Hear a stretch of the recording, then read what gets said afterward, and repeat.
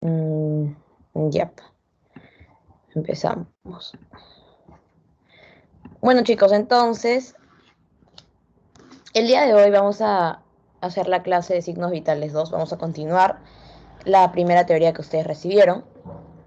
Y nos vamos a basar básicamente en dos temas, ¿no? En el pulso y en la presión arterial. Yo sé que el tema de hoy es un poquito largo, pero vamos a tratar de hacerlo lo más didáctico posible para que todos ustedes puedan entenderme. Y nuevamente, si es que tienen alguna duda, simplemente levantan la mano eh, o me escriben por el chat y ya yo les doy el pase, ¿no? Para que no interrumpamos cuando estoy explicándoles. Entonces vamos a empezar. Voy a ver desde mi celular el grupo para poder ver cuando ustedes me escriban. Aquí está.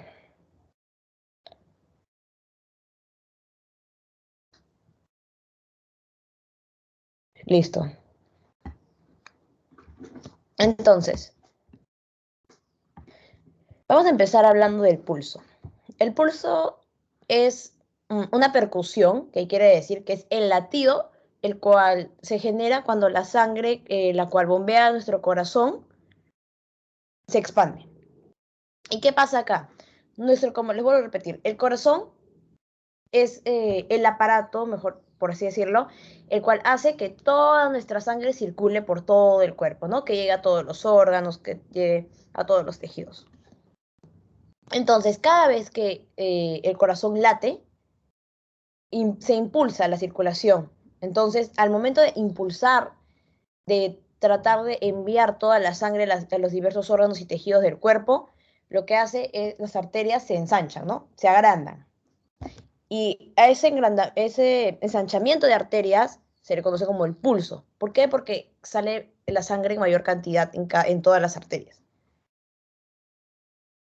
Acá en esta imagen van a poder ver la anatomía del corazón humano.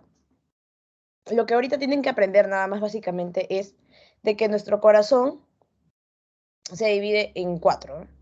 En dos aurículas, una aurícula derecha, una izquierda, y dos ventrículos, un ventrículo derecho y un ventrículo izquierdo. ¿Y qué pasa acá? Que para que la aurícula con el ventrículo se puedan comunicar, esto va a ser gracias a las válvulas. Vamos a tener la válvula tricúspide y la pulmonar en el lado derecho, y en el lado izquierdo vamos a tener la válvula mitral y la aórtica. Nuevamente les repito, estas válvulas son quienes ayudan a que la sangre pase de la aurícula al ventrículo. Sin estas válvulas no se podría realizar esto.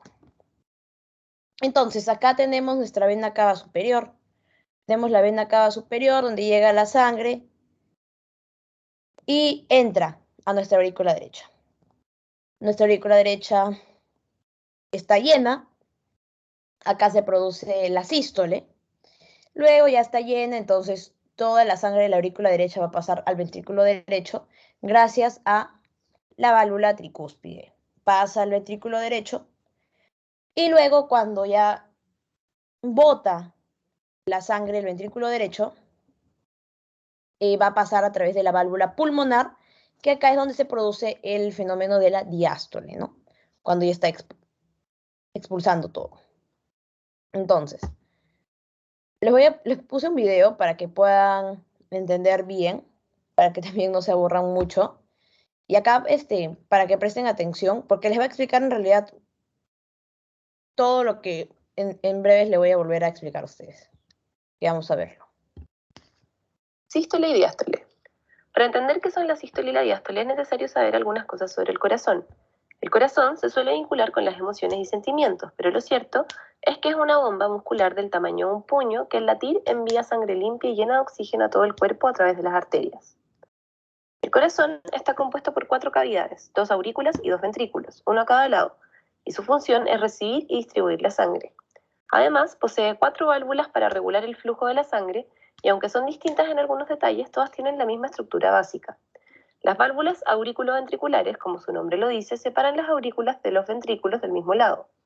La del lado derecho se llama tricúspide y tiene 3 pliegues, y la del lado izquierdo se llama mitral y tiene 2. Las otras dos válvulas son las llamadas semilunares y conectan los ventrículos con distintos vasos sanguíneos. La válvula pulmonar une el ventrículo derecho con la arteria pulmonar y la válvula aórtica une el ventrículo izquierdo con la aorta. La potencia del corazón procede de sus dos ventrículos, que tienen las paredes más gruesas y que se contraen para enviar sangre hacia las arterias, que luego harán que llegue al resto del cuerpo. Las aurículas, en cambio, tienen las paredes más delgadas y sirven como depósitos pasivos de la sangre que reciben de las grandes venas.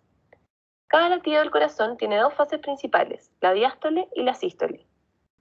La diástole ocurre cuando las paredes musculares del corazón se relajan y se llena de sangre. La sangre, tras entregar el oxígeno en todo el cuerpo, retorna al corazón y entra a ambas aurículas, a la aurícula derecha por la vena cava y a la aurícula izquierda por las venas pulmonares. Cuando el corazón está lleno, nuestro marcapasos natural, llamado nodo sinoauricular, lanza impulsos que viajan por las paredes musculares y estimulan la contracción del corazón. La sístole es la fase más activa y potente del latido. En ella, los impulsos enviados por el nodo hacen que las gruesas paredes de los ventrículos se contraigan. Esto aumenta la presión en ellos y hace que se abran las válvulas aórtica y pulmonar y fuerza la sangre a entrar en las grandes arterias, ya que las válvulas auriculoventriculares permanecen cerradas. Luego, las paredes de los ventrículos se relajan y el corazón está listo para comenzar un nuevo latido. El ciclo completo dura en promedio menos de un segundo. Si es que hacemos deporte, el ritmo con el que ocurren y el volumen de sangre que se bombeará aumentarán para oxigenar mejor nuestros músculos. Listo. Entonces, chicos, en conclusión, lo que ustedes siempre tienen que acordarse es sístole y diástole. Sístole es cuando el corazón está botando la sangre, por así decirlo, ¿no? Está llevando la sangre a las grandes arterias. O sea, arteria pulmonar, la aorta. Y la diástole es cuando el corazón se está relajando. Quiere decir cuando se está relajando al momento de que el corazón ya botó toda la sangre para que la sangre se vaya a las grandes arterias. El corazón, obviamente, los ventrículos y también las aurículas se quedan vacías. Entonces está descansando. Y en ese proceso que mientras la sangre otra vez poco a poco vuelve a llenar el corazón, eso es la diástole. Entonces, diástole es la relajación del corazón, mientras que la sístole es cuando el corazón está trabajando, ¿no? Cuando bota toda la sangre a las arterias, es lo que tienen que acordarse. Entonces podríamos decir, o mejor dicho, tenemos que saber de que el pulso es el ritmo con la cual nosotros podemos medir la frecuencia cardíaca. Quiere decir que es el número de veces que late el corazón por minuto.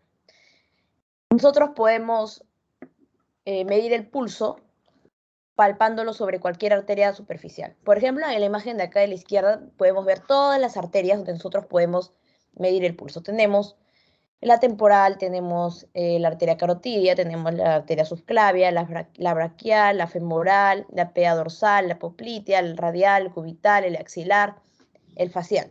Pero algo que tienen que tener muy en cuenta es de que lo básico, ¿no? Nosotros cuando vamos a medirle el pulso a un paciente, lo medimos de la arteria radial. Eso es lo que tienen que acordarse. Pero ¿qué pasa, por ejemplo, en muchos casos donde nosotros estamos en el hospital o tenemos un paciente, por ejemplo, ¿no? Que nos ingresa como en su pasito les había puesto con quemaduras graves en los brazos? Entonces, obviamente, si ese paciente está con quemaduras en los brazos o, por ejemplo, no sé, está fracturado, ¿no? El radio o el cúbito, yo qué sé, está con yeso o está con una escabiola, lo que ustedes van a hacer es ir por la segunda opción, que es la arteria carotidia. La arteria carotidia interna es donde ustedes van a poder medir el pulso.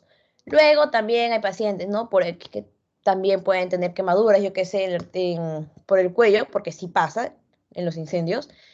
Nuestra otra opción sería la pea dorsal. También es muy frecuente en los hospitales que usen esa arteria para poder medir el pulso, ¿no? Obviamente dependiendo, como les vuelvo a repetir, de cada paciente, de su estado, mejor dicho, de cada paciente. Pero lo principal, lo que tienen que acordarse es la radial. El gol estándar para medir el pulso o palpar el pulso es la arteria radial. Entonces acá, como pueden ver también en esta imagen, acá les voy a enseñar cómo nosotros vamos a tomar el pulso. debemos poner, por ejemplo, la mano con la palma hacia arriba. Tenemos nuestra mano acá y la arteria radial va a estar en el lado externo de nuestro antebrazo, ¿no? Acá está la arteria radial. Si ustedes ahorita lo intentan, van a usar solo dos yemas de los dedos, del índice y del medio. Con estos dos, ustedes van a tocar acá y si ustedes empiezan a sentir, la arteria radial empieza a latir. Eso es el pulso. Entonces, lo que ustedes tienen que hacer es, van a contar las pulsaciones durante 1 minuto, que es lo básico. Pero, ¿qué pasa? Por X motivo, estamos apurados en el hospital, tenemos muchos pacientes, ¿qué es lo que todos usamos? Obviamente, en 1 minuto, por ejemplo, el paciente tiene 80 latidos por minuto. Ya, entonces, nosotros le medimos el pulso a un paciente, pero solo tengo 30 segundos para medirle. Ya, en 30 segundos, el paciente me sale que tiene 40 latidos en 30 segundos. Ah, pero yo tengo que sacar cuántos latidos por minuto. Entonces, esos 40 los multiplico por 2 para que forme así el minuto entero. Entonces sería, como les vuelvo a repetir, 40 pulsaciones por 2. Ah, este paciente tiene 80 pulsaciones por minuto. Quiere decir que este paciente se encuentra bien de su pulso. ¿Por qué? Porque el pulso y la frecuencia cardíaca en reposo, ojo, y de manera normal es de 60 a 100 latidos por minuto con un promedio de 80 aproximadamente. Acá también lo que tienen que acordarse es de que a medida de que el paciente va aumentando su edad, su pulso también disminuye, al igual que la temperatura que les había comentado.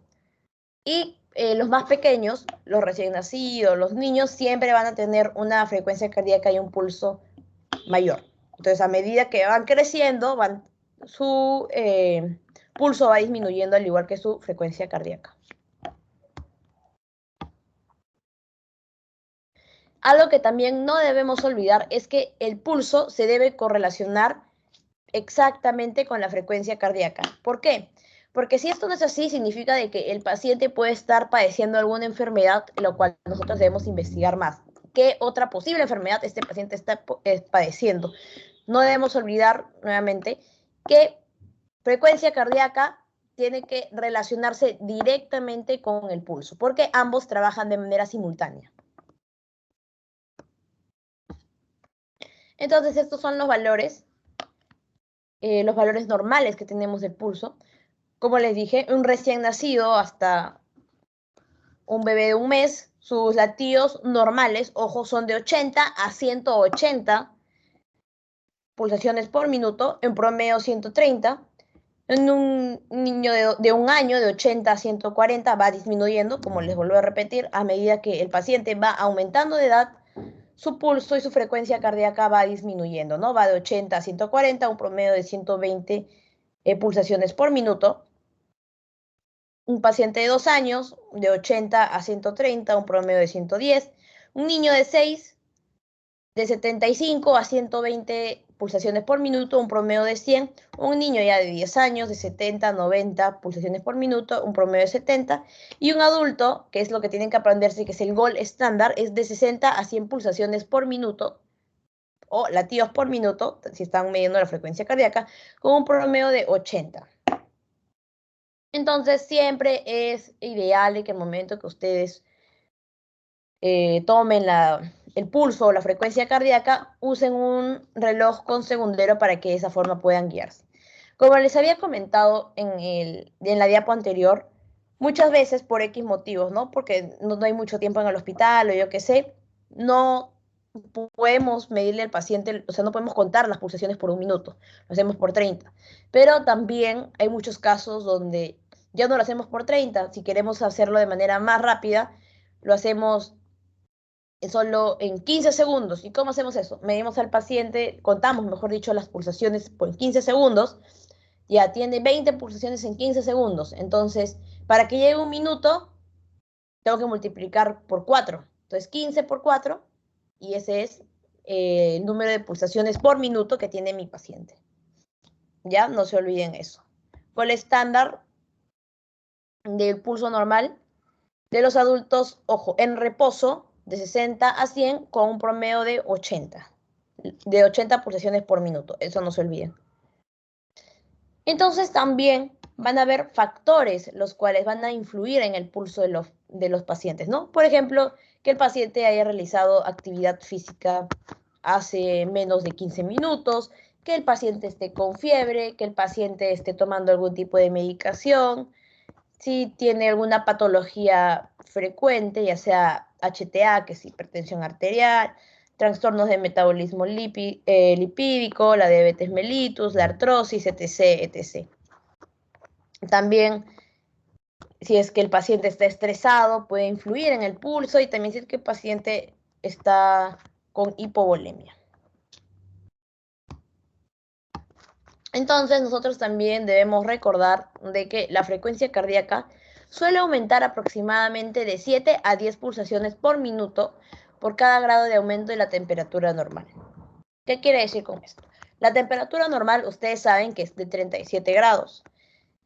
Si tengo mi paciente, el cual está con 39 grados centígrados, al momento que yo le tomo la temperatura, y cuando él tenía 37 de temperatura, estaba con 80 latidos por minuto, lo más probable es de que al tener ya 39 grados de temperatura, ha aumentado 2 grados, 2 puntos, lo más probable es que ya esté con 100 pulsaciones por minuto, ¿no? Porque, vuelvo a repetir, aumenta de 7 a 10. Entonces, no porque vemos a un paciente el cual está con el número de pulsaciones elevado, significa que puede ser una patología cardíaca, sino también debemos ver si el paciente en ese momento está con fiebre, porque es normal de que la frecuencia cardíaca aumente cuando el paciente está con fiebre. O sea, es consecuencia de. Y también debemos tener muy en cuenta cuando hay una disociación pulso-temperatura.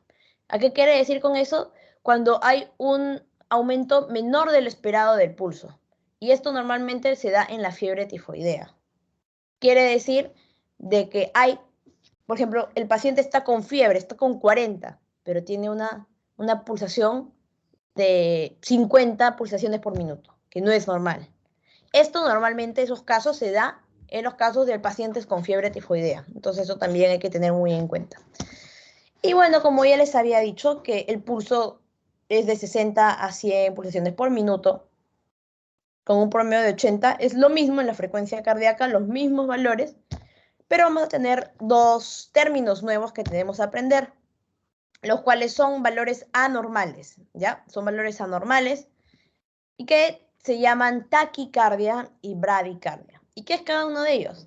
La taquicardia, como dice su nombre, taqui, alto, quiere decir que el paciente está teniendo más de 100 latidos por minuto, o sea, su corazón está teniendo más de 100 latidos por minuto. Mientras que la bradicardia, que es menos, el paciente está teniendo menos de 60 latidos por minuto. Eso también hay que tener muy en cuenta. ¿Por qué? Porque ambos pueden darnos una idea de que este paciente, algo está pasando con este paciente, ¿no? No se encuentra totalmente sano. Puede ser una patología cardíaca, puede ser consecuencia de los diabetes mellitus tal vez, o de repente por obesidad, o también puede ser consecuencia de la fiebre, como les vuelvo a repetir. Eso sí hay que investigar muy bien al paciente para poder determinar el por qué sus pulsaciones o su frecuencia cardíaca está elevada o disminuida. Entonces, en esta gráfica vamos a tener las características del pulso. En primer lugar, lo que nosotros tenemos que saber es que nuestro corazón se va a contraer. Cuando ya el corazón se contrae, se va a producir la sístole. Entonces, el volumen llega a la arteria y esta arteria se va a distender, ¿no? Se va a abrir, se va a agrandar. Y este agrandamiento, esta distensión, lo que va a generar es que esta onda que ustedes ven acá en el gráfico, que está del 0, aumente, ¿no? Se eleve, miren, hasta 100. Por ejemplo, 100 latidos por minuto. Entonces, toda esta distensión es cuando se está llenando la sangre a la arteria. Luego la sangre va a ir pasando por la arteria, entonces la onda va a descender, va a empezar a caer. Luego la arteria de lo que estaba distendida, que estaba grande, regresa a su posición normal Entonces ya obviamente acá ya se queda vacío el ventrículo, ¿no? Entonces al quedarse vacío, como les había explicado, va a haber un pequeño retorno de sangre. Y ahí es donde se va a producir la segunda onda, la que vemos acá. La pequeña elevación es la segunda onda. Y este retorno es la relajación del corazón. Quiere decir que ese es la diástole. La diástole, recuerden, es la relajación del corazón, mientras que la sístole es la contracción del corazón cuando la sangre sale hacia las arterias. Entonces podríamos decir que el pulso tiene una onda dícrota. ¿A qué se refiere con dícrota? Que tiene dos elevaciones, ¿no? Como acá podemos ver. Una de la sístole y otra de la diástole. La sístole cuando está aumentando sangre, cuando llega a su punto máximo y las arterias empiezan a distender, a agrandarse o a ensancharse. Y luego la segunda onda en la diástole, cuando hay un pequeño retorno de sangre hacia los ventrículos o las aurículas dentro del corazón. Entonces, nosotros cuando palpamos el pulso tenemos que considerar 4 puntos muy importantes. En primer lugar, la frecuencia. Como ya les había dicho, la frecuencia es de 60 a 100 veces por minuto, un promedio de 80. Tenemos que también considerar el ritmo. ¿Qué se refiere con el ritmo? Se refiere a la cantidad de veces de que vamos a sentir las pulsaciones. Si es que todo es de una forma ordenada. ¿Por qué? Porque normalmente hay pacientes los cuales padecen diversas enfermedades del corazón que pueden tener un pulso de manera regular, que es lo normal, o pueden tener un pulso de manera irregular, como es una arritmia. ¿A qué me refiero con eso? Si es regular o irregular, me pueden preguntar. Un pulso regular se refiere que, por ejemplo, nosotros al momento de palpar la arteria, como que sentimos, ¿no? Que se eleva la arteria y decimos tac, tac, tac. Quiere decir que en ese periodo de que no escuchamos ese tac, obviamente no vamos a escuchar un tac ya, pero vamos a sentir que la arteria se está levantando, es similar, o sea, es casi el mismo tiempo, es la misma velocidad cada uno. ¿Y cómo diríamos que hay un pulso irregular, por ejemplo, ¿no? Escuchamos el tac, tac, tac, cuando hay más tiempo, o sea, no es de manera regular todas las elevaciones de la arteria cuando nosotros medimos el pulso. A eso nos referimos con una pulsación regular o irregular. Luego también debemos considerar la amplitud. ¿Y a qué se refiere con amplitud? Es al tamaño de la onda. Quiere decir que cuando el contenido va a pasar por el continente. ¿Y a qué se refiere con esto? Si hay poco volumen, si pasa poca sangre, la arteria no se va a agrandar mucho. Pero si hay mucha sangre que está saliendo por la arteria ¿qué va a hacer? Ensancharse, agrandarse. Quiere decir que va a haber bastante amplitud. A eso se refiere la amplitud. Poca sangre, poca amplitud. Mucha sangre, bastante o mucha amplitud. Eso es lo que tienen que acordarse. Y finalmente tenemos la tensión o dureza. ¿A qué se refiere con esto? Es que tenemos que tener en cuenta que a mayor edad hay una mayor dureza. Quiere decir que hay una menor distensibilidad. Cuando el paciente es mayor, las arterias, de lo que cuando era joven, ya no se agrandan como antes. Por más que salga sangre, las arterias ya se ponen duras. Entonces, por eso es que también les comenté de que a mayor edad las pulsaciones en los adultos son menores, ¿no? Mientras más va pasando la edad. No puedes comparar, por ejemplo, una pulsación de un paciente de 30 años con un paciente de 70 años. Obviamente, el paciente de 70 años va a tener menos pulsaciones por minuto. Y no por eso significa que el paciente puede estar como acá en una bradicardia, quiere decir a menos de 60 latidos por minuto, porque es consecuencia de su misma edad. Obviamente nos podemos preocupar cuando el paciente tiene menos de 40 o si tiene menos de 45, ahí sí, Pero incluso es normal que los pacientes de tercera edad lleguen a 60 o hasta 55 en reposo. Entonces hay una técnica para medir el pulso, como les había dicho. Ponemos nuestra mano extendida hacia arriba y vamos a medir, o sea, vamos a tocar, perdón, con el dedo índice y medio la arteria radial, ¿no? La arteria radial está en la parte externa del antebrazo y vamos a ver un video para que ustedes puedan hacerlo. Y sería bueno que ustedes también en este momento, mientras vean el video, traten de encontrar su propio pulso para que tengan una idea de cómo se debe medir de manera correcta el pulso. El pulso es provocado por la extensión de sus arterias como consecuencia de la circulación de la sangre bombeada por el corazón. Se obtiene por lo general en partes del cuerpo donde las arterias están muy cercanas a la piel. El pulso puede ser medido en diferentes partes del cuerpo, pero hoy aprenderás a tomar el pulso radial.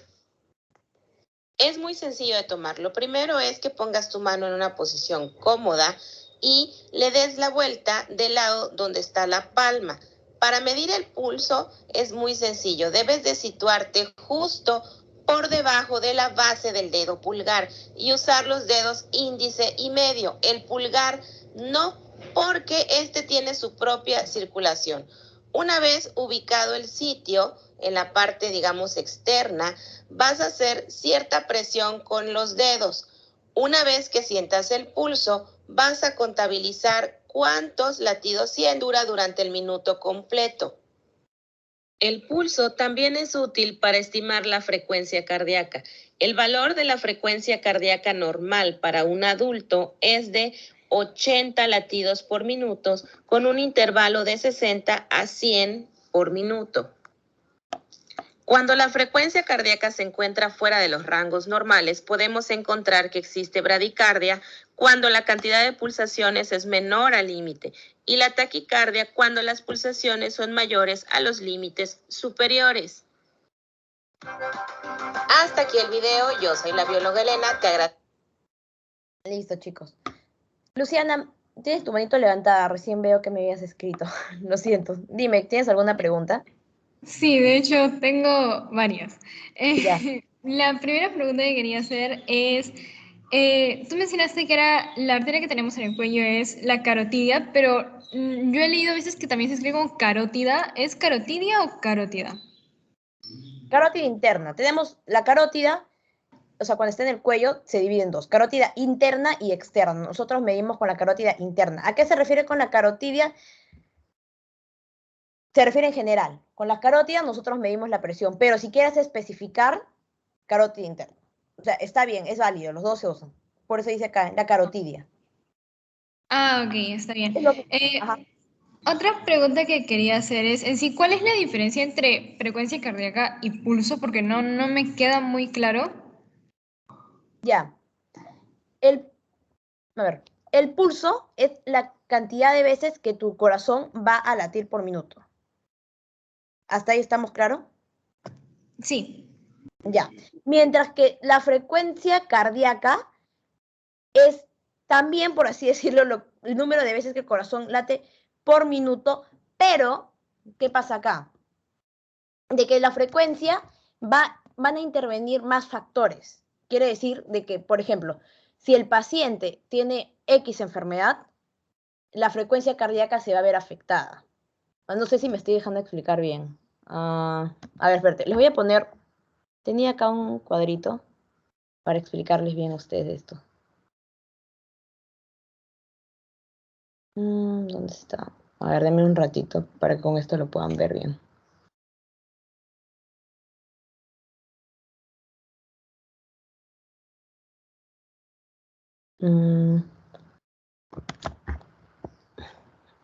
A ver, un ratito lo voy a compartir, eso lo tengo acá en mi corazón.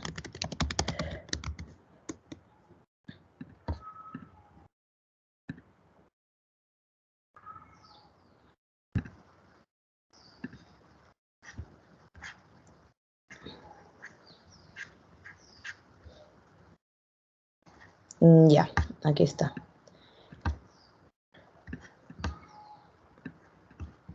¿Pueden ver mi pantalla o no? Ahora sí. Ya.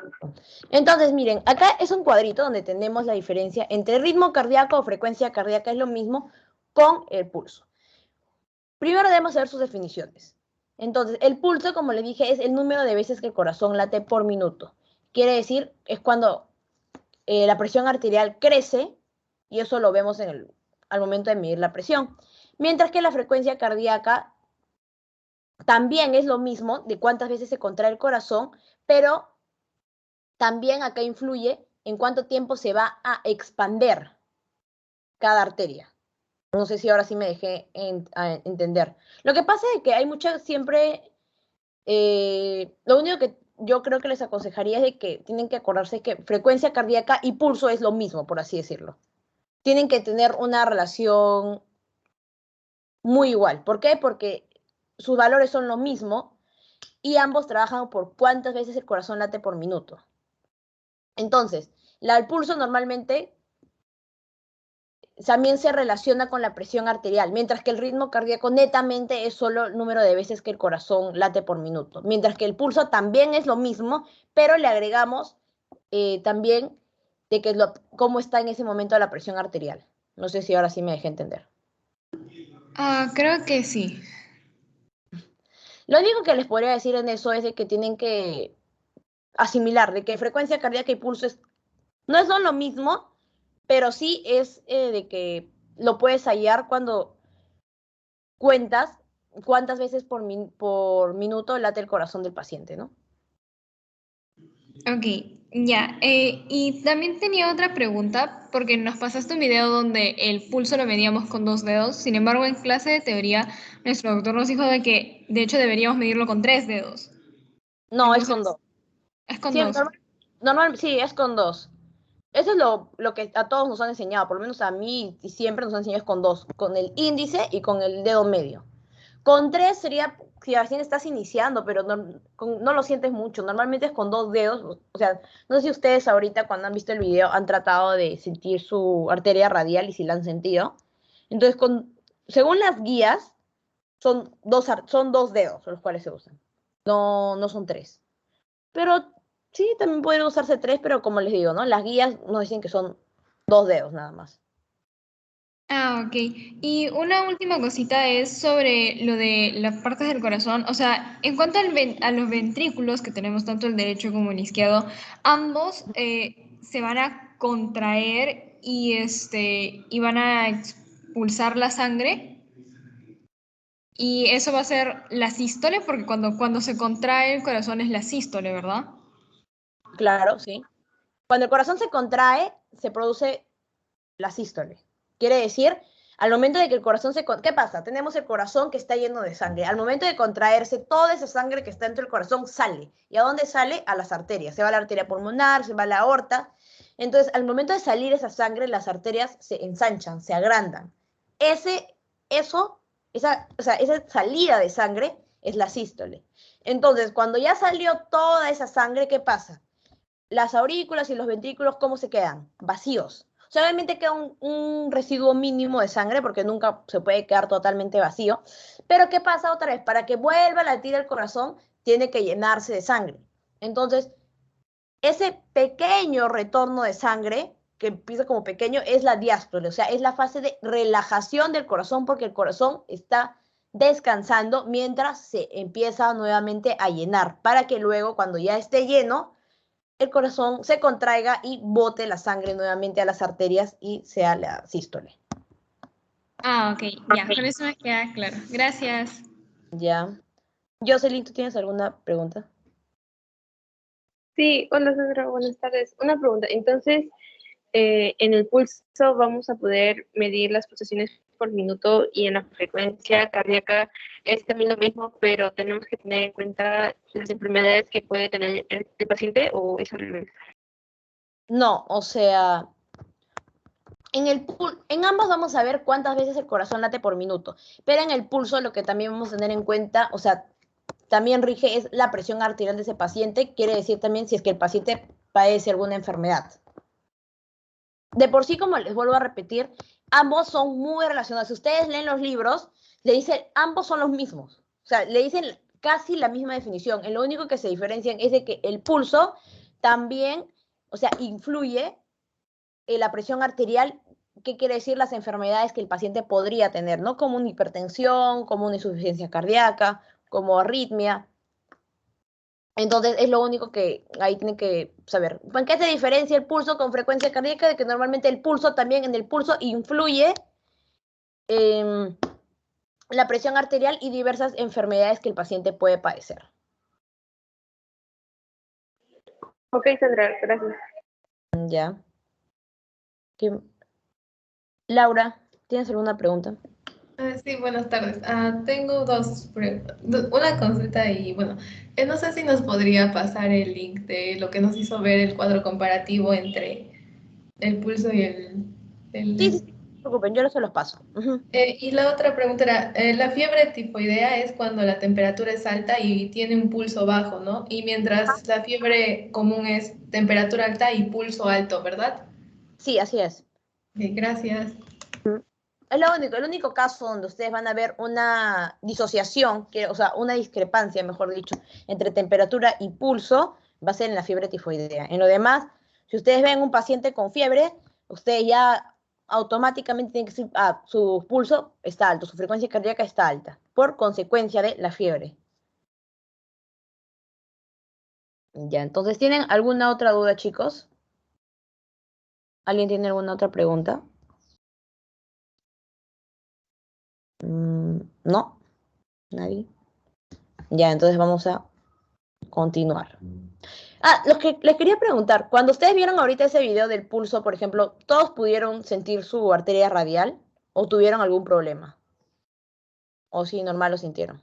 Porque a veces es difícil encontrarla. Entonces, no sé, por ejemplo, a mí me enseñaron cómo encontrar al toque ese que yo tengo en mi antebrazo, ¿no?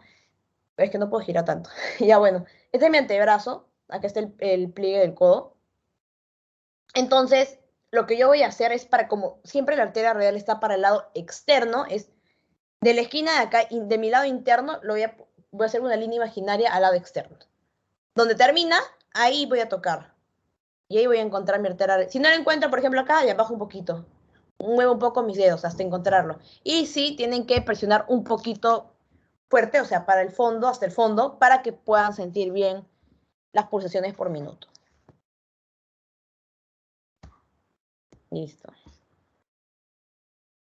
Entonces, aquí tenemos lo que ya saben, ¿no? Los que les mostré en el video. El pulso radial lo vamos a palpar realizando una presión.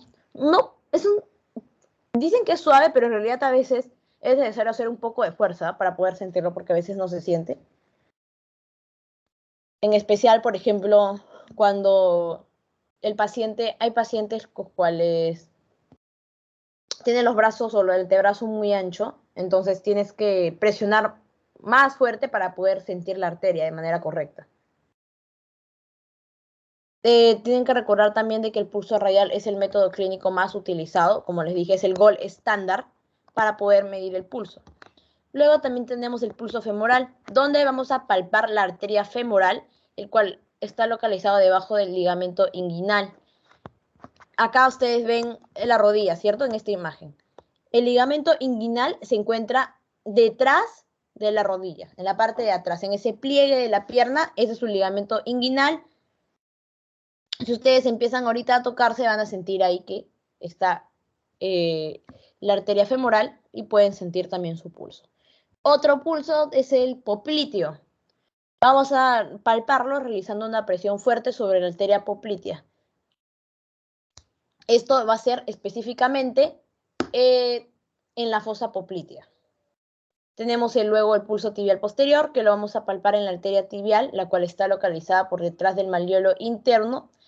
¿A qué se refiere con el malleolo interno? Ustedes ponen su pie en la parte interna de su pie, donde está su tobillo. Si ustedes empiezan a tocar, van a sentir ahí la arteria tibial posterior. Y finalmente tenemos el pulso pedio, ¿no? Donde vamos a palpar la arteria dorsal del pie sobre los huesos de la parte alta del dorso del pie. que acá está en la imagen de acá del lado derecho. Ponemos nuestro piecito y ahí empezamos a sentir. No sé si ustedes se han dado cuenta, pero por ejemplo, en los pulsos, como le dije, no me acuerdo a quién, pero el gol estándar para nosotros poder tomar el pulso es usar 2 dedos nada más. Nunca he visto un doctor tomando con 3, pero bueno, si les han dicho así. De repente en su tutorial, ¿no? Les pueden preguntar cuántos dedos son y si le han dicho así, lo ideal es que pongan 3. Pero en la práctica clínica nosotros solo usamos 2. Así que eso es bueno que ustedes lo tomen en cuenta.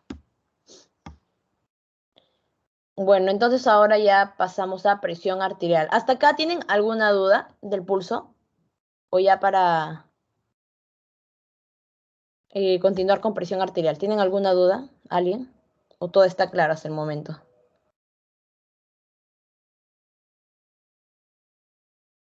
Todo claro hasta el momento, Sandra.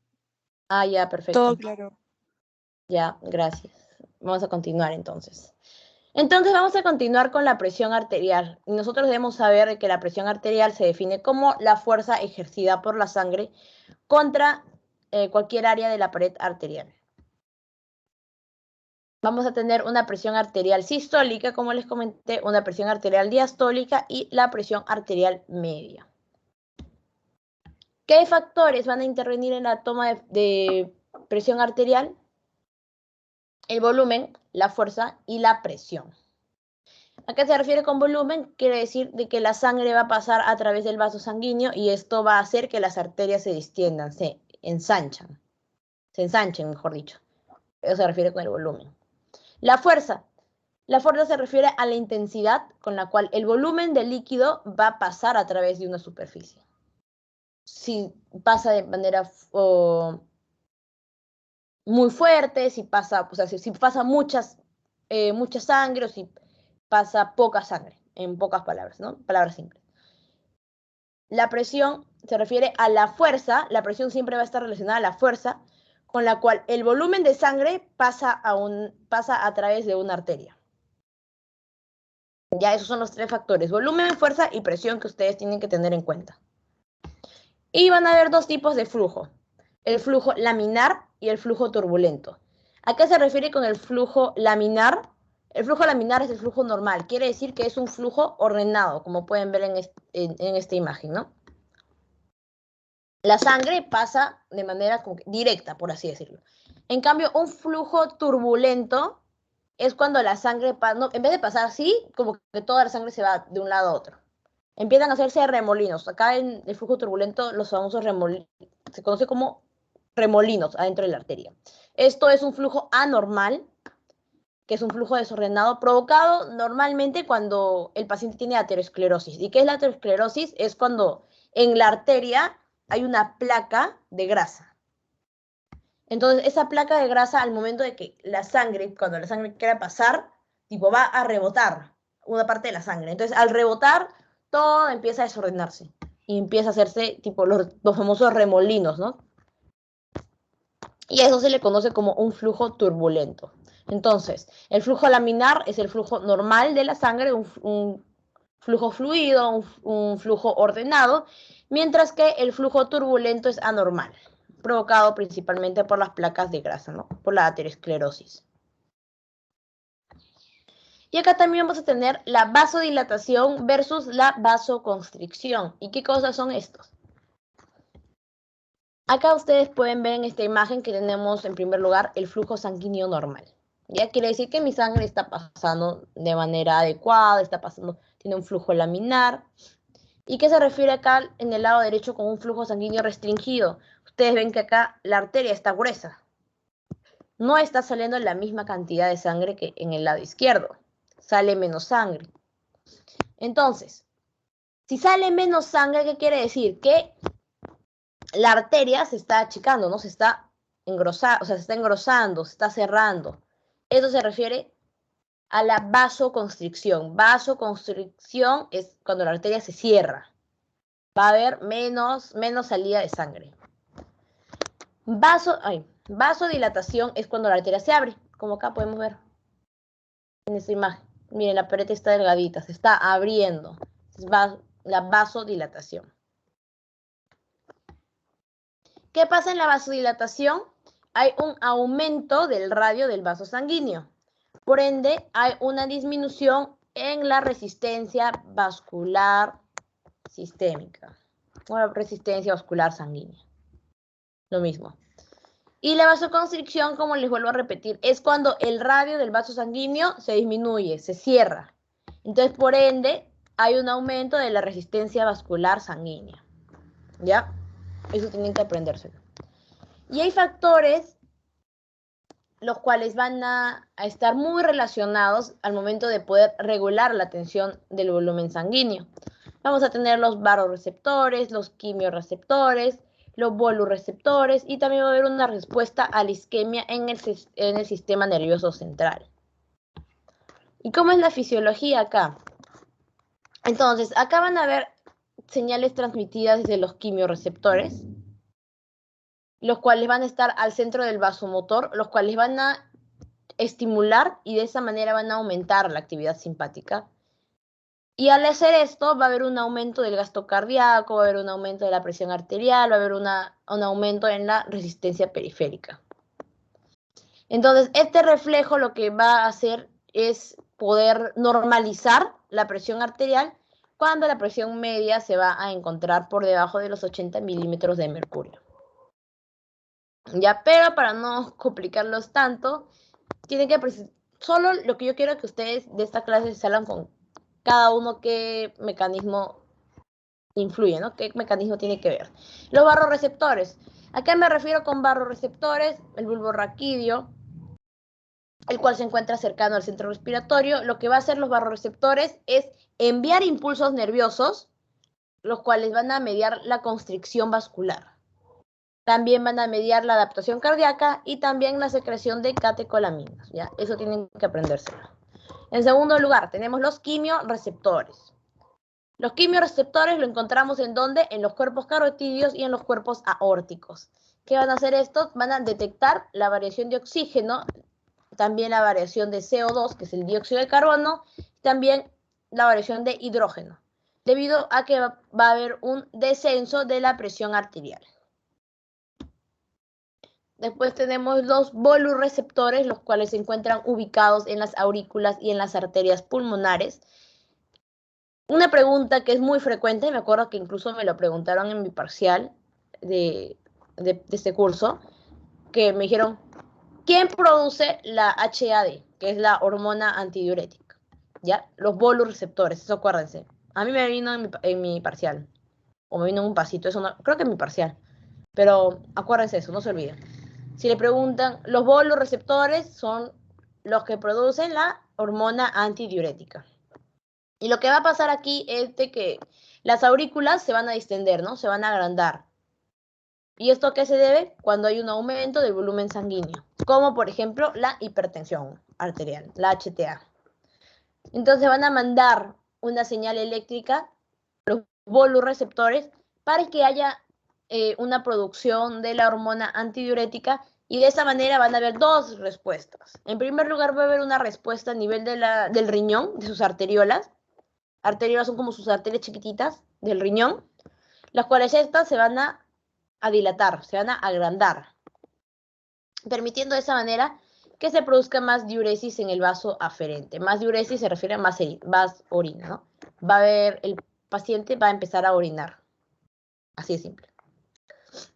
Y la otra respuesta es que cuando hay un aumento de volumen en las aurículas, van a enviar señales al hipotálamo, los cuales el hipotálamo va a generar una disminución de la hormona antidiurética, por ende va a disminuir la reabsorción del agua, que es decir que el paciente se va a tratar de orinar menos, ¿no? No va a tener necesidad de ir al baño como cuando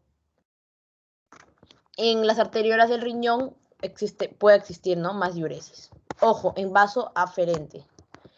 Entonces, tenemos que saber de que el vaso aferente es el que llega al glomérulo renal y el eferente es el que sale del glomérulo renal, ¿ya? Aferente, el que entra, o sea, el que llega, y el que sale es el eferente. Finalmente, tenemos la respuesta isquémica del sistema nervioso central, el cual va a disminuir la oxigenación y al ocurrir esto, se va a producir una vasoconstricción, o sea, la arteria se va, el radio de la arteria va a disminuir, y al ocurrir esto se va el cerebro, o sea, todos los vasos sanguíneos del cerebro pueden llegar hasta cierto grado de hipoxia. ¿Y a qué se refiere hipoxia? De que no llega oxigenación hacia esa parte. Y obviamente si no llega oxigenación, se puede convertir en una isquemia y luego en un proceso necrótico, ¿no? Quiere decir de que se muere esa parte del tejido. Si no hay oxígeno, el tejido no va a estar sano, por ende hay una muerte de esa parte del tejido. Tenemos también tipos de regulación. Vamos a tener la regulación central, vamos a tener el simpático, el parasimpático y la regulación periférica. Con respecto a la regulación simpática, tenemos a las catecolaminas, noradrenalina, el aumento de la frecuencia cardíaca, el aumento de la contractibilidad y el aumento del gasto cardíaco. Entonces, esto debemos acordarnos también. Estas son preguntas que, si no me equivoco, los ponen en los pasitos, así que es importante que se lo aprendan. Y en el parasimpático tenemos a la acetilcolina, el cual la acetilcolina lo que va a hacer es disminuir la frecuencia cardíaca, disminuir la contractibilidad y disminuir el gasto cardíaco, mientras que nos elevan son las catecolaminas y la noradrenalina, ¿ya? Eso memorícenselo, por favor, chicos. Y luego tenemos la regulación periférica, donde tenemos el seno carotidio, donde las fibras aferentes van a ascender a través del nervio glosofaringio, los cuales van a terminar en el núcleo solitario, y el arco aórtico también, donde vamos a tener fibras aferentes, las cuales ascienden a través del nervio vago. Lo único de acá que quiero que se aprendan es catecolaminas, noradrenalina, aumenta frecuencia cardíaca, aumenta contractibilidad, aumenta gasto cardíaco, mientras que la acetilcolina disminuye frecuencia cardíaca, disminuye contractibilidad y disminuye el gasto cardíaco. ¿Ya? Eso es lo principal de esta idea, porque quiero que ustedes se aprendan y que se lo memoricen. Ya, luego también tenemos las hormonas liberadas durante el aumento de la presión arterial. Tenemos los agentes vasoconstrictores, tenemos la noradrenalina, tenemos la adrenalina, la angiotensina, la vasopresina y la serotonina. Todos estos son las hormonas, los cuales cuando el cuerpo, o mejor dicho, la sangre está aumentando su presión arterial, todas estas hormonas son liberadas. Pero también debemos tener en cuenta de que si es que vemos que también se libera la histamina, la bradicinina y las prostaglandinas, todas estas van a tener una relación directa con una respuesta inflamatoria del cuerpo. Quiere decir de que al paciente está teniendo una inflamación en alguna parte de su cuerpo. Ah, me había olvidado decirles de que la vasopresina es la HDA, ¿no? La hormona antidiurética. Eso tienen que aprender. Vasopresina igual a HDA o HAD. HAD en español, HDA en inglés. ¿Ya? Y luego también vamos a tener equipos para nosotros poder medir la presión arterial. Tenemos el famoso esfigmomanómetro de mercurio, que el cual este es el antiguo, ¿no? Luego también tenemos el estetoscopio, y cada uno de ellos va a tener sus partes. El estetoscopio lo que va a tener son sus olivas, va a tener sus auriculares, va a tener el diafragma, que es esta cosa de acá que ustedes pueden ver, que es de metal. Tenemos la campana, que está al medio del diafragma, y tenemos finalmente el tubo de goma, ¿no? Luego tenemos acá en el esfigmomatómetro de mercurio, tenemos el nanómetro, tenemos el manguito, tenemos los tubos de goma de conexión, y luego tenemos, ¿qué pasó?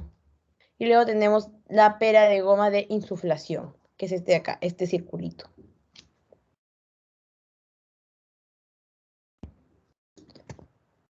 A ver, chicos, ¿me pueden dar un segundito, por favor?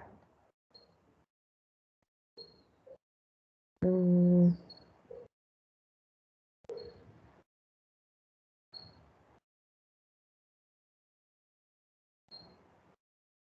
ratito, chicos, por favor.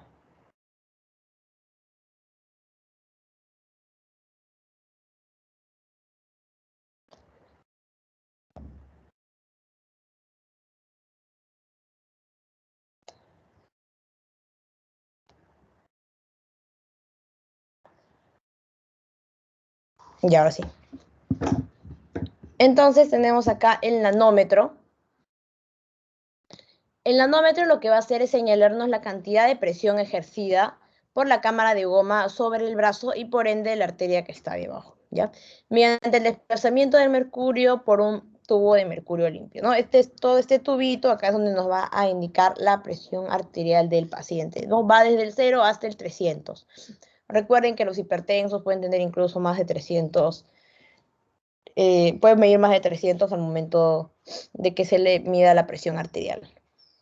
Y obviamente los números tienen que estar bien marcados para poder saber de manera correcta cuál es la presión arterial de ese paciente en ese momento. Cada línea que ustedes que van a ver significa hay una diferencia de 2 milímetros de mercurio. Entonces acá tenemos el manguito. Esta es una bolsa de tela resistente. Y acá tenemos la cámara de goma inflable. Acá vamos a tener los tipos de manguitos. Y con el uso de un manguito más angosto, obviamente la presión, ¿qué cosa va a hacer? Sobreestimarse, ¿no? O sea, va a aumentar. Entonces, de esa manera nosotros vamos a poder medir la presión de manera errónea. Vamos a decir que una persona tiene hipertensión cuando en verdad no, simplemente le queda el manguito de manera muy apretada. Por eso también hay tamaños, ¿no? Tenemos el tamaño small, tenemos el tamaño medio y el large. Obviamente todo eso va a depender al grosor del brazo del paciente, ¿no? También, si nosotros usamos un manguito más ancho, la presión se va a subestimar. No puede también aumentar, pero de manera errónea, ojo. Así que no deben olvidar de que el tipo de manguito va a depender del tamaño del brazo.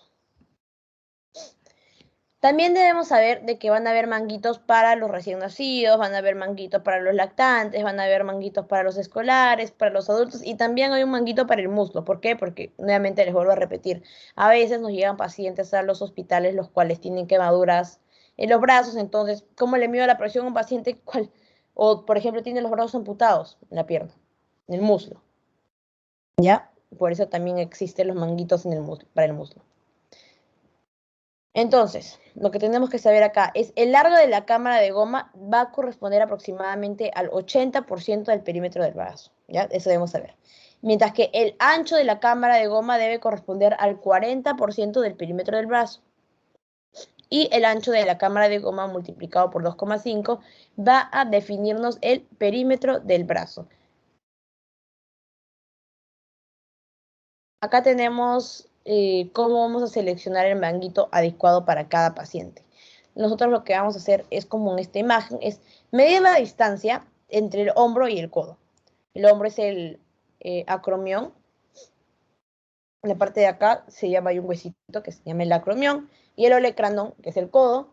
Vamos a medir y vamos a marcar un punto medio. Aquí es donde nosotros vamos a medir el perímetro del brazo a la mitad. Y en un adulto, una circunferencia del brazo normalmente de 26 a 33 centímetros. Vamos a utilizar el manguito estándar, ¿no? Quiere decir de que tiene 12 centímetros de ancho. Luego tenemos la selección del manguito adecuado. Por ejemplo, una persona obesa generalmente tiene un perímetro de brazo mayor a 33. Entonces, cuando pasa esto, ya tenemos que usar un manguito de talla medium, o sea, de talla M o L, ¿no? Acá tienen las tablas de brazaletes o manguitos.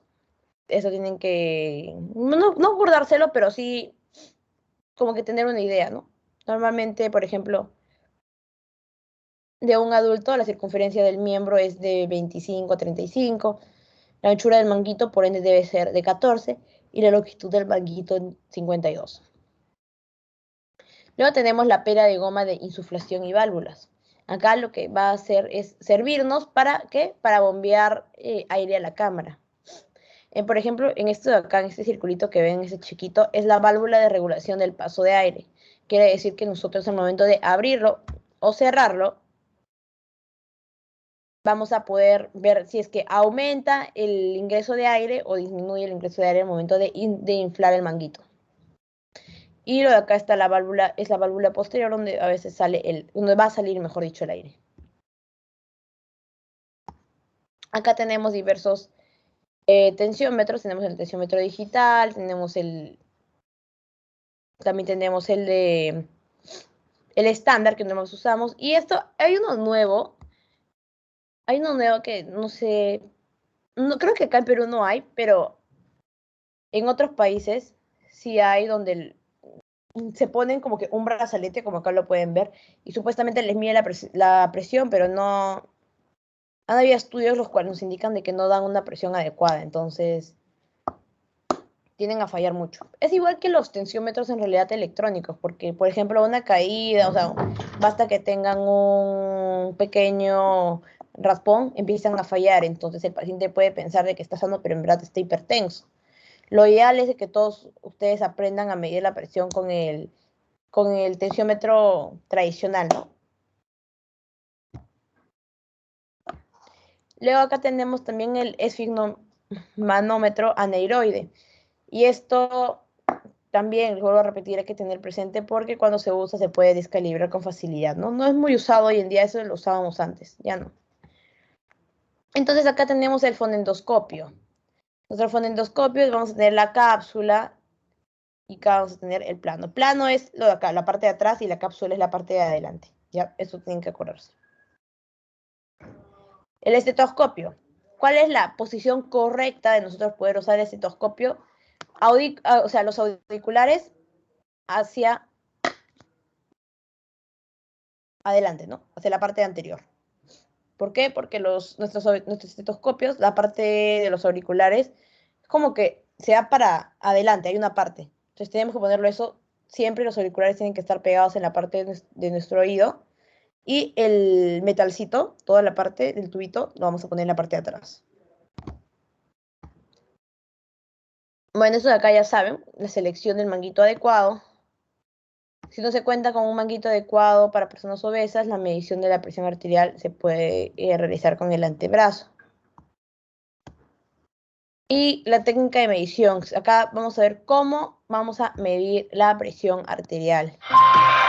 Vamos a ver acá un video para que puedan ver más o menos cómo es la manera correcta de poder medir la presión arterial.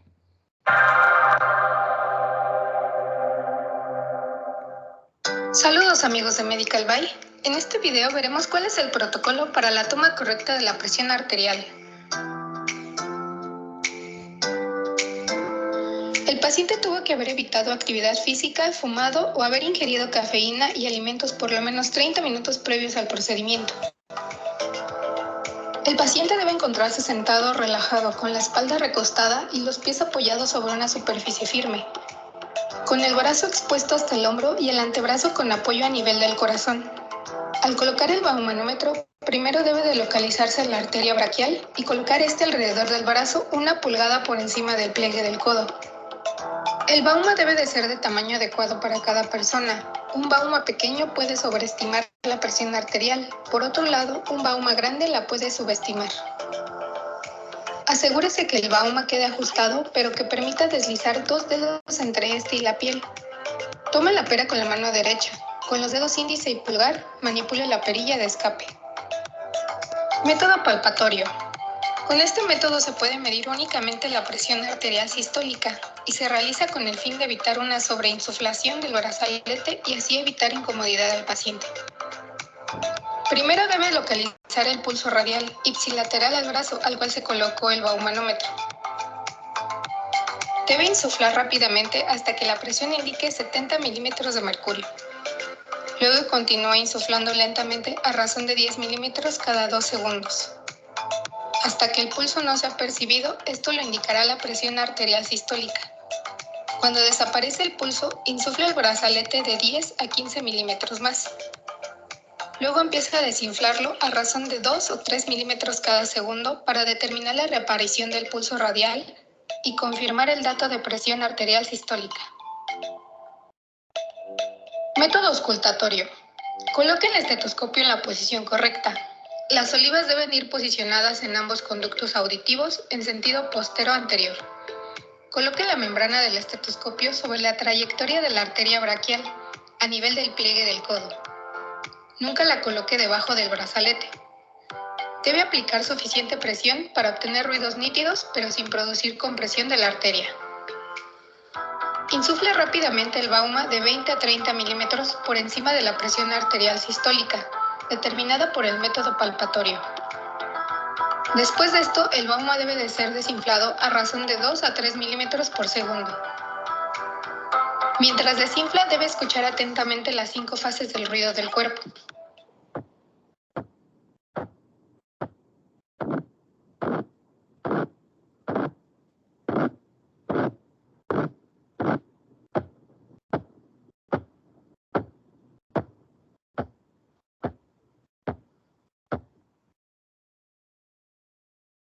Para asegurarse de que se alcanzó la presión arterial diastólica, se debe continuar desinflando el bauma 10 milímetros luego de la fase 5. Después de esto debe desinflar rápidamente el manguito hasta llevarlo a cero. Hasta la próxima, amigos de Medical By. Espero que esta información les haya servido. Si les ha gustado, por favor deja un me gusta, comparte el video y suscríbete. Nos vemos en un próximo video.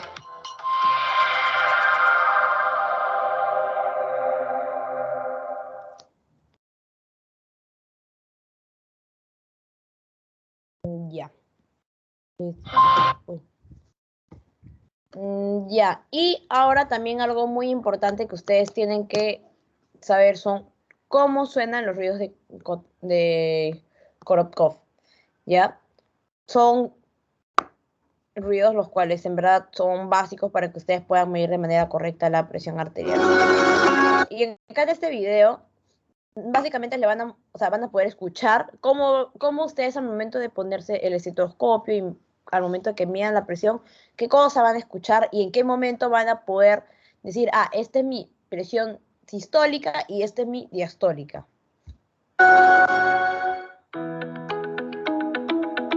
En el método manual de medición, el nivel de presión arterial se determina a través de ruidos que se producen cuando la sangre comienza a fluir a través de la arteria braquial al abrir la válvula de la pera de insuflación. Estos se conocen con el nombre de ruidos de Korotkov. A medida que la presión del manguito va disminuyendo, las características de los ruidos van cambiando hasta que desaparecen cuando la presión ejercida por el manguito es menor a la presión dentro de la arteria.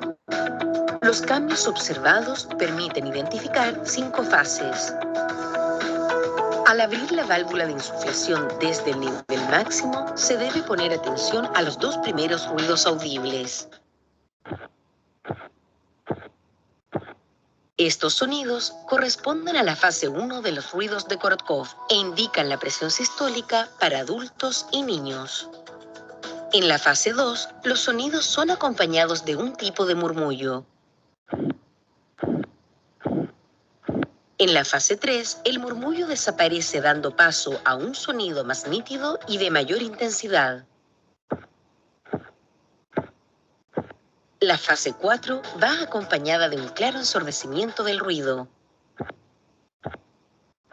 Es decir, baja de tono y de intensidad y se corresponde con la presión arterial diastólica en niños y aproximadamente el 20% de las embarazadas. Finalmente, en la fase 5, desaparecen todos los sonidos y se corresponde con la identificación de la presión arterial diastólica en adultos.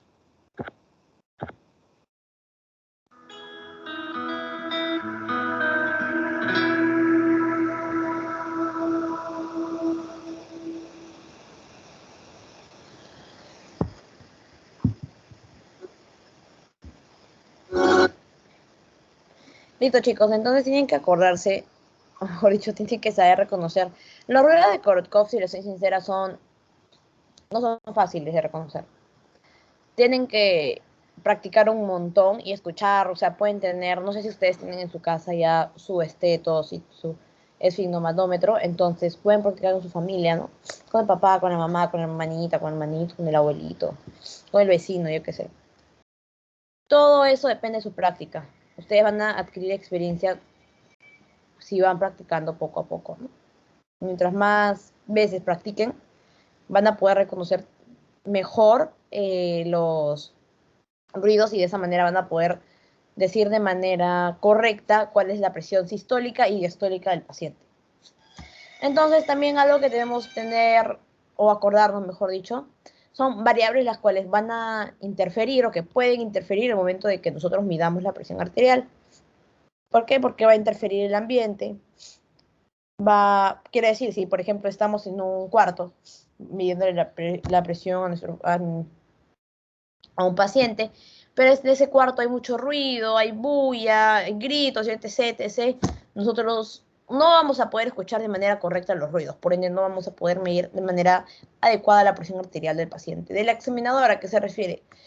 La persona al momento, o sea, nosotros mismos al momento de examinar a un paciente tenemos que estar tranquilos, con nuestros 5 sentidos, concentrados. Si estamos pensando en otras cosas, obviamente también no vamos a poder medir de manera eficaz la presión arterial. Del examinado, el paciente tiene que estar tranquilo, no tiene que estar nervioso, no debe haber realizado ejercicio físico mínimo en 30 minutos, no debe haber consumido cafeína también de hace 30 minutos a 1 hora, como mínimo. Del instrumento también quiere decir que nosotros estamos seguros de que nuestro instrumento está funcionando de manera adecuada. Y de la técnica, obviamente, porque si nosotros medimos de manera incorrecta, la presión arterial va a estar incorrecta, ¿no? Entonces también algo que quiero que se acuerden es de que... y es una pregunta, sí, de pasito, eso sí me acuerdo. Lo que le preguntan, ¿cuál es la arteria donde se suele medir el pulso radial? Y te van a decir, ¿cuál es la arteria donde ustedes van a, o sea, si ustedes se van a basar para poder medir la presión arterial? Es la arteria braquial, ¿ya? La arteria braquial, aquí está. Entonces, para medir la presión arterial, arteria braquial; para medir el pulso, la arteria radial. Eso no se olviden. Y obviamente hay errores muy frecuentes al momento de tomar la presión arterial, como estos de acá, que les voy a mostrar a continuación, para que ustedes, por favor, no lo hagan, ¿ya? Claro, ejemplos es medir la presión encima de la ropa, que el brazo esté en una mala posición, y acá ustedes mismos lo van a ver. En este video veremos los errores más comunes en la toma de la tensión arterial. Inicialmente, uno es tomarlo sobre la ropa. No se debe hacer eso. Segundo, no ubicar correctamente las mangueras, ubicarlas por fuera del brazo, es otro de los errores más comunes. O ponerlo al contrario. Se debe poner de esta manera y con las mangueras hacia la parte interna del brazo. Otro de los errores es tener el fonendoscopio mal ubicado, más abajo, más adentro o más afuera del brazo. Otro error es dejar el brazo elevado. El brazo siempre debe estar recostado en algo, descansado en algo. Otro error es no tener calibrado el tensiómetro y no insuflarlo bien. Se debe cerrar bien la válvula al momento de insuflar. Otro error también es dejarlo muy suelto al momento de ubicarlo en el brazo del paciente, dejarlo demasiado apretado.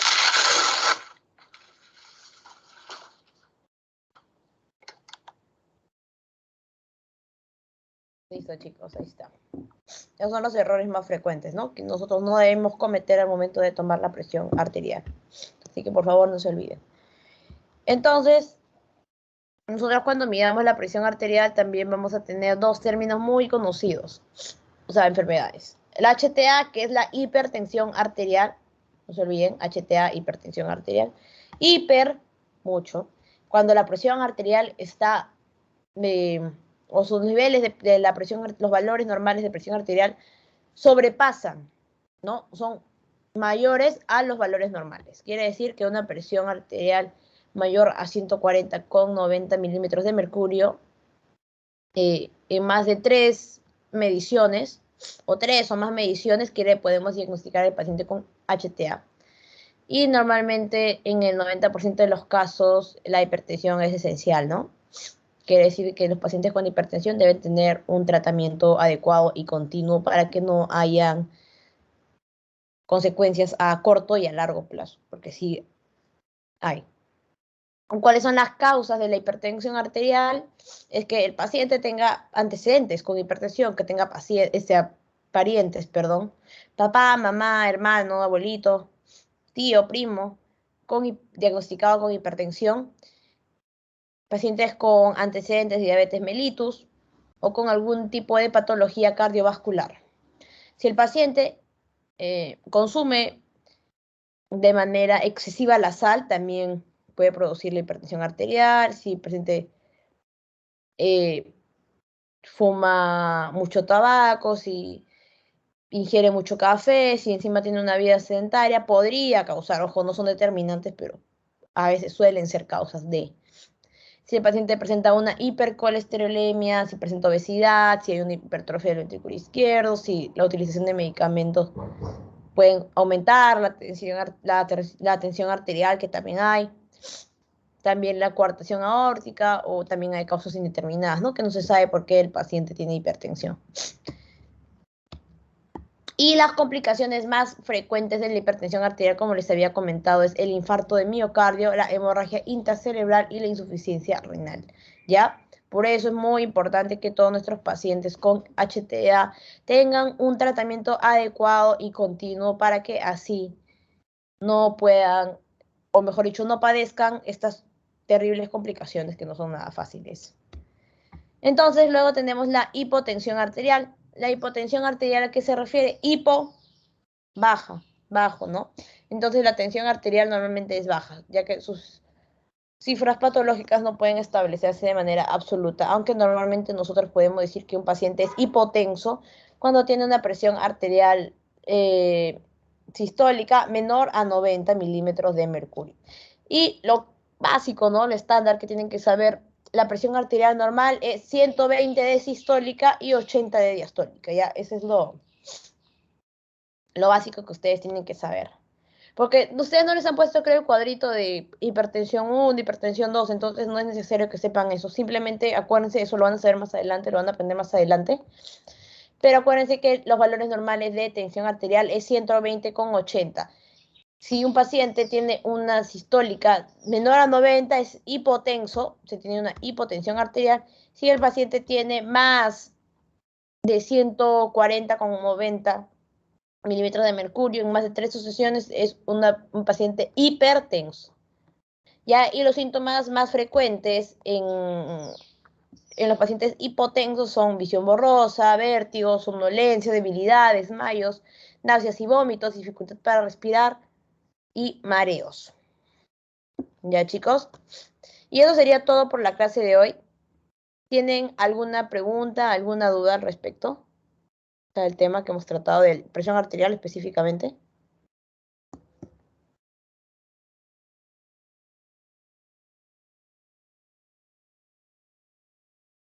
Ya, Jocelyn.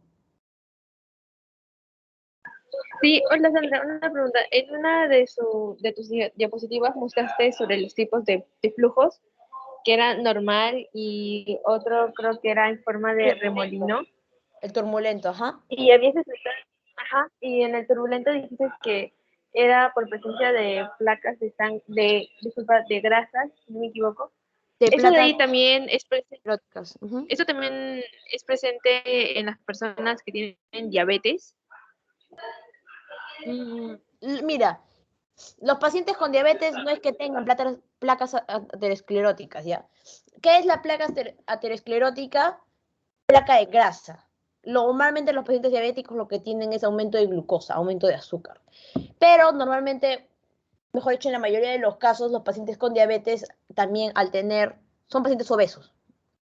Entonces, no solo consumen exceso de azúcar, sino también consumen exceso de grasas, o sea, quiere decir que va a tener el colesterol alto, los triglicéridos altos, y todo eso lo que va a hacer es que las arterias empiecen como que a taponearse, ¿no? ¿Por qué? Porque se va a llenar como si fuera basurita, algo así, en la arteria.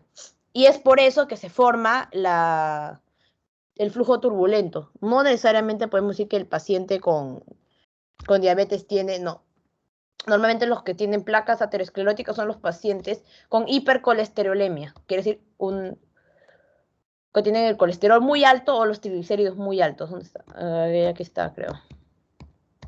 Aquí está, ya. ¿Sí te respondí a tu duda? Sí, Sandra, gracias. Ya. A ver, Norma. Sandra, una pregunta. Toda la clase está grabada. El problema es que me perdí en algunas partes y para volverla a ver. Sí, está grabada, no te preocupes. Se lo voy a enviar al finalizar la clase, no se preocupen. Abril. Gracias. Una consulta respecto, creo que te explicaste acerca de la acetilcolina en lo que es el parasimpático, ¿cierto? ¿Tiene algo que ver también con, o sea, lo que ocasiona la disminución de la frecuencia cardíaca, o sea, a referencia a la acetilcolina, también tiene algo que ver con lo que es el Alzheimer? O sea, si una persona con Alzheimer, o sea, si una persona sufre con Alzheimer, ¿también es normal que ocasione una disminución de su frecuencia cardíaca? No tiene nada que ver. Frecuencia cardíaca con Alzheimer son totalmente diferentes. No tiene nada que ver incluso si implica la acetilcolina. No tiene nada que ver eso. O sea, un paciente con Alzheimer puede tener Alzheimer, pero sin embargo su frecuencia cardíaca puede estar perfecta. Igual que su gasto cardíaco. O sea, no tiene relación. No. Ya, gracias. Ya.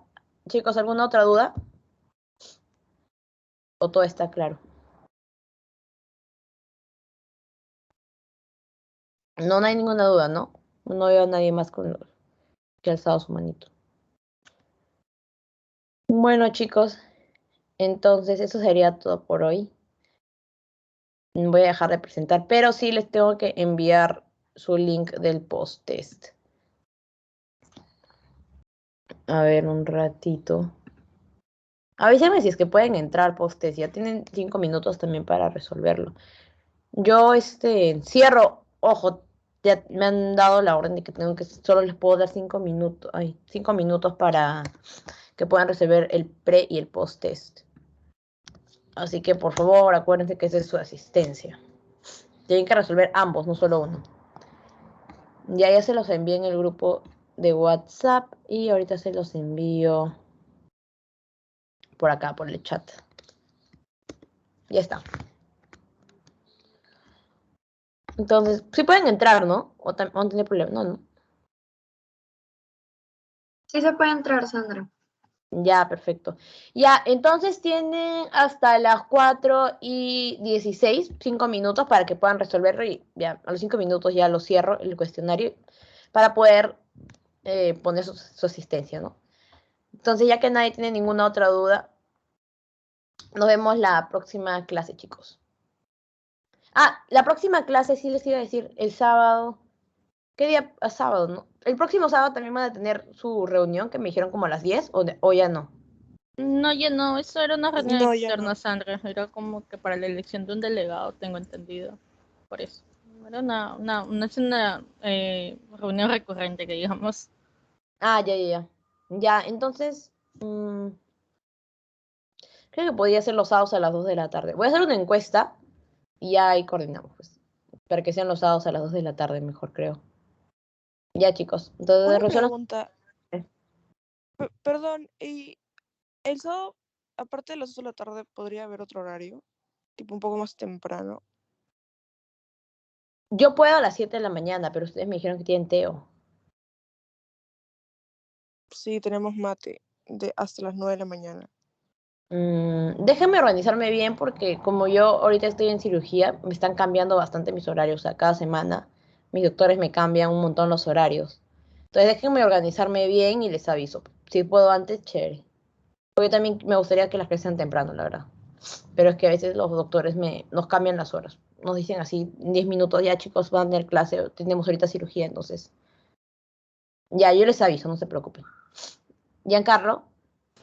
Hola Sandra, ¿vas a pasar Sí, la voy grabación a de la pasar, no clase? se preocupe, la grabación y el PPT y también el cuadro de que está de frecuencia versus pulso. Ok, gracias. Ya, no se preocupe. Ya chicos, bueno, no tienen ninguna otra duda, ¿cierto? No, ya bueno, entonces les quedan 3 minutos para que resuelvan su pasito. Y ya, cuídense, nos vemos la próxima semana. Chao, Sandra, gracias. Chao. Chao, Gracias. Sandra. Gracias.